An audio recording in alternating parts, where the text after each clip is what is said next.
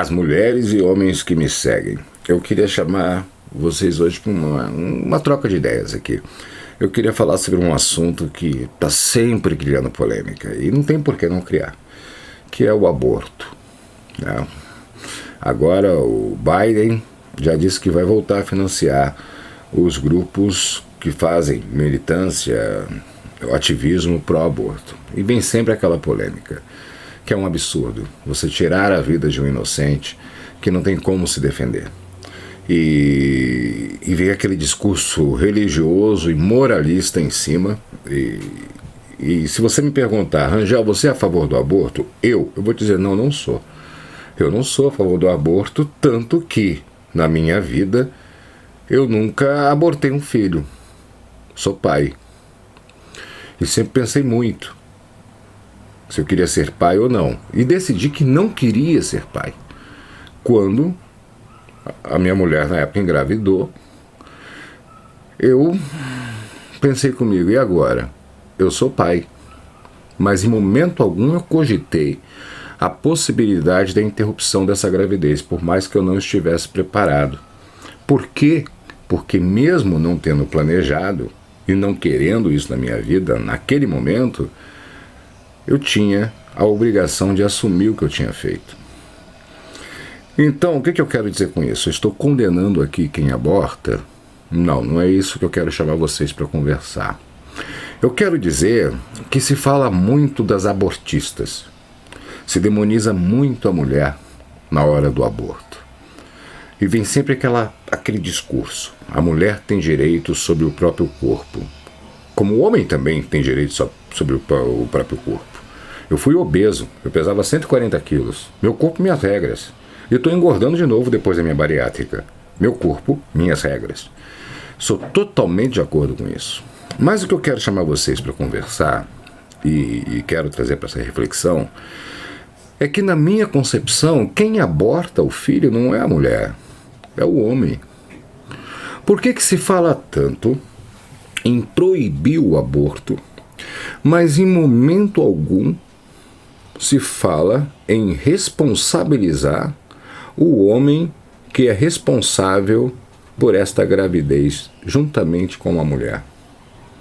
Porque na minha concepção, eu acredito, eu posso estar completamente enganado, mas na minha concepção, de cada 10 mulheres que abortam, 11 é figura de linguagem, tá? Não é matemática exata, porque quando eu faço essa figura de linguagem, tem gente que ri e diz que eu não sei fazer conta.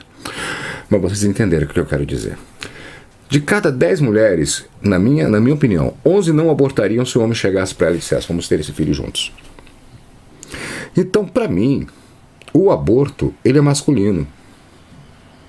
Na minha cabeça, o aborto é feito pelo homem, que não assume, que não chega do lado dessa mulher e fala, eu quero isso junto contigo. Vamos ter. Acredito que uma ou outra realmente decida, não está preparada para ser mãe, não quer ser mãe, foi pega de surpresa, descuidos acontecem. Até porque, numa sociedade ao qual nós não temos investimento na educação, nós não temos preparo na educação, nós não formamos os nossos cidadãos desde cedo, é normal que muitos imprevistos aconteçam. É normal que muita coisa dê errado.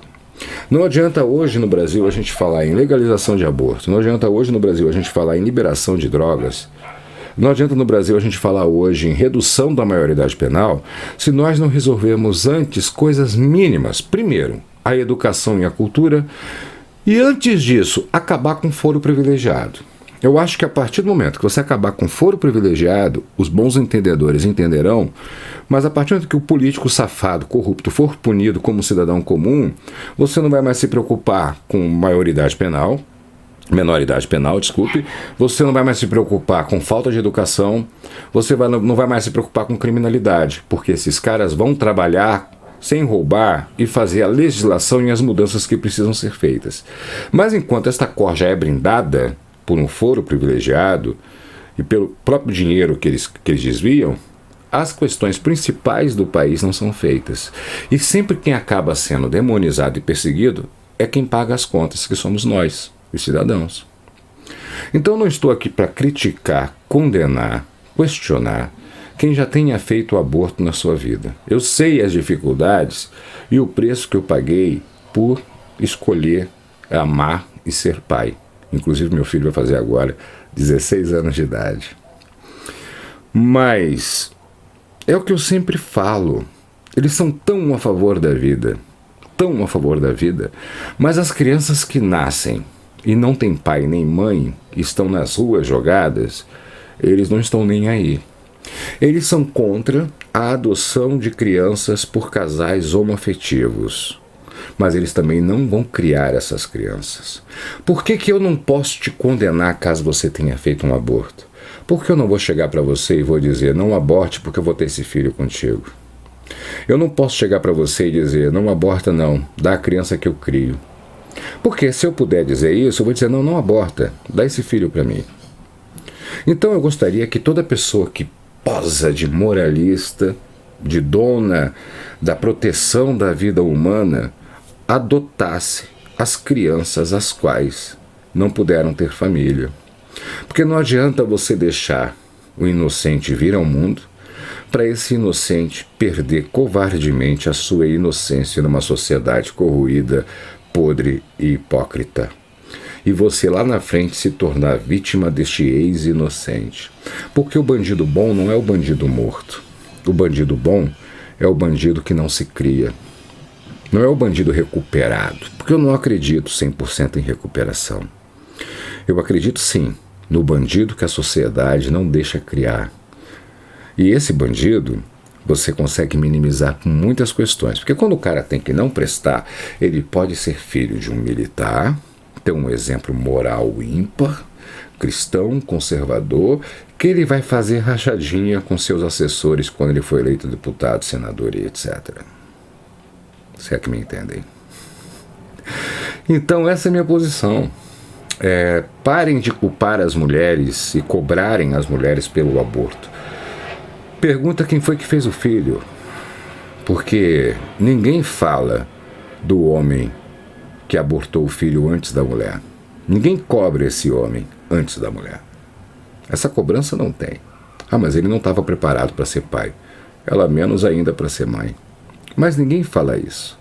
Ninguém questiona isso. É sempre o movimento feminista sendo atacado, sendo perseguido, e muitas vezes também o movimento feminista em alguns extremismos se perde, como todo movimento se perde no extremismo, inclusive de combate ao racismo. Eu posso dizer o seguinte, eu sofro o racismo do branco, porque o branco me enxerga negro, e eu sofro o racismo do negro, porque o negro me enxerga branco, porque eu não sou retinto.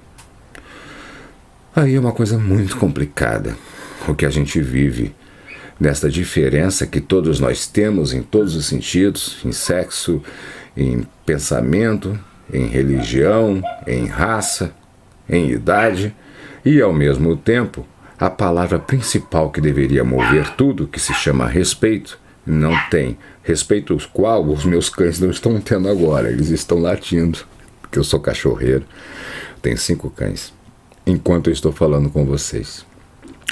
Então eu fico pensando exatamente nessa questão.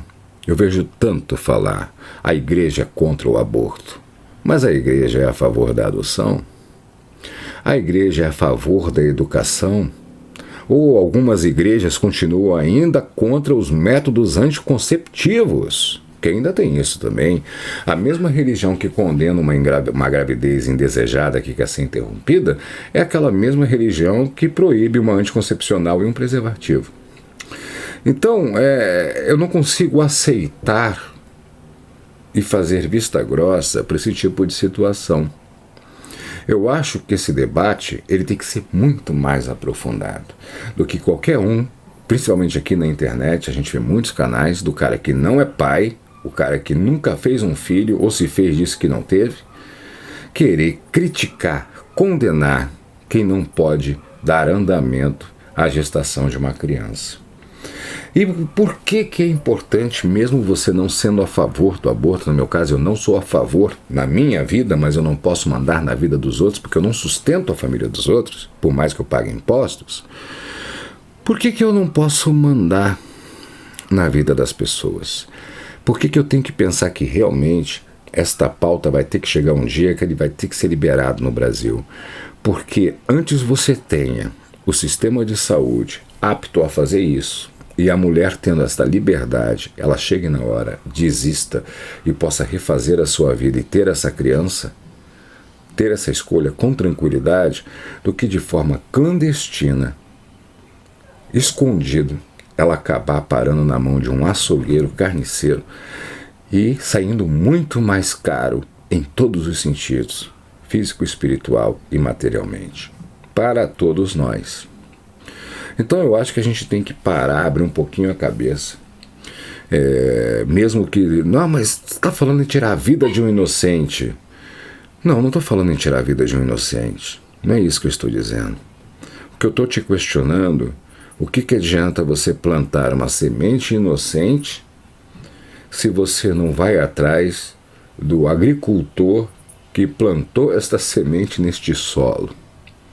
Então, já que se a gente tem que condenar o aborto, vamos atrás dos homens que fazem os filhos.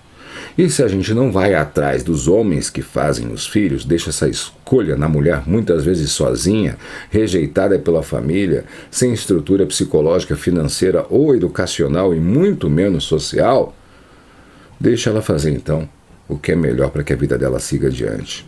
Enquanto esse país não faz o que tem que fazer em punição aos seus corruptos, em exames psicotécnicos que realmente aprovem funcionários públicos que estejam em condição de exercerem seus cargos, não gente doente que por trás de um certificado qualquer dado padrão fica aí na internet xingando e atacando os outros porque tem o salário do concurso garantido. A gente tem que mexer em muita coisa nesse país antes de querer se meter com a barriga dos outros. Principalmente se a barriga dos outros estiver sentindo fome e a gente não está botando comida na mesa deles, né? Meu nome é Luiz César Rangel. Tenho dito.